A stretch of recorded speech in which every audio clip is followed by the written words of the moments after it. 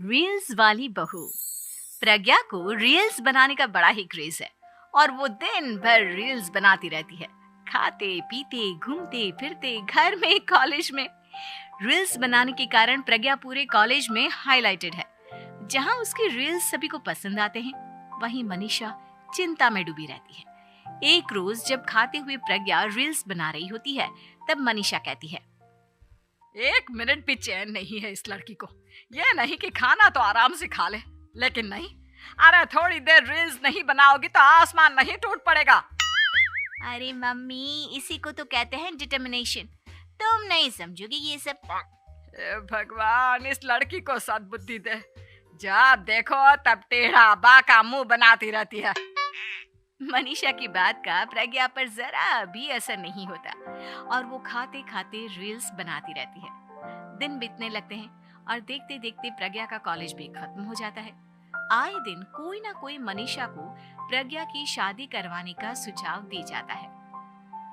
सब ठीक ही कहते हैं, प्रज्ञा की शादी कर देनी चाहिए। अपने घर के काम काज में व्यस्त हो जाएगी तो खुद ही ये रील्स और नाच गाना बंद हो जाएगा। मनीषा और प्रेम प्रज्ञा के लिए एक अच्छा लड़का ढूंढने लगते हैं और तभी विकी का रिश्ता प्रज्ञा के लिए आता है, जिसने प्रज्ञा को उसकी रील्स देखकर पसंद कर लिया था। अगले दिन विकी अपने माता पिता के साथ प्रज्ञा के घर पहुंच जाता है और प्रज्ञा साड़ी पहने हाथों में चाय की ट्रे लिए उनके सामने आती है। जब विकी को पसंद है तो हमें भी बहू पसंद है। बहन जी, आप बारात की तैयारी कीजिए। एक बार लड़का लड़की अकेले में बात कर ले तो अच्छा रहेगा। हाँ हाँ, क्यों नहीं। मनीषा विकी को प्रज्ञा के कमरे में भेजती है, जहां प्रज्ञा पहले से ही रील्स बना रही होती है। तभी विकी कहता है, आ गए आपके साजन जी। हमारे साथ ये रील्स कंप्लीट करती तो और भी अच्छा रहता। अच्छा जी, अब आ ही गए हैं तो बना ही लेती हूँ आपके साथ। दोनों मिलकर रील्स बनाते हैं। जब वी मीट और तुरंत पोस्ट भी कर देते हैं। फिर विकी कहता है, जब आप साड़ी में चाय लेकर आई तब मुझे लगा कि कहीं मैं गलत घर में तो नहीं आ गया।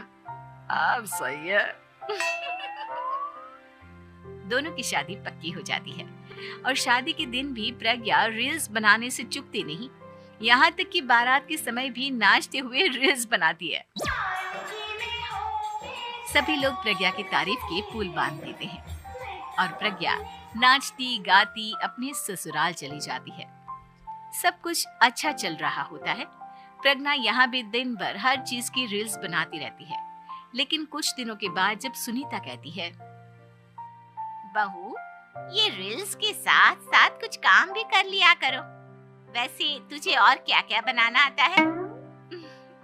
मम्मी जी, वैसे तो सब कहते हैं कि मैं सब कुछ अच्छा बनाती हूँ, लेकिन मुझे लगता है कि मैं मैगी अच्छा बना लेती हूँ।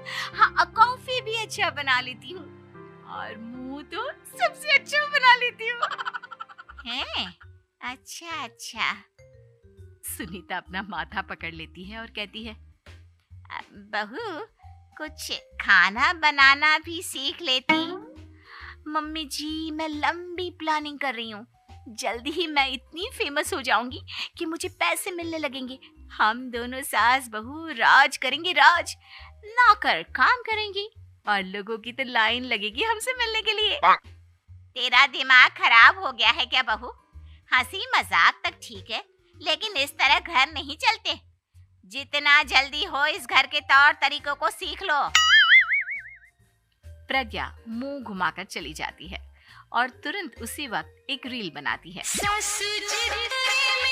ये देख सुनीता का गुस्सा 7वें आसमान पर चला जाता है और विकी के घर आते ही सुनीता उसे सब कुछ बताती है।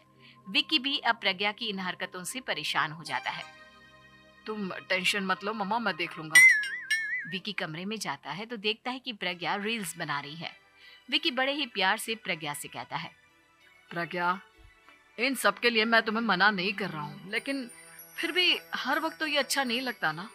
समझने की कोशिश करो, मुझे भी तुम्हारा थोड़ा वक्त चाहिए।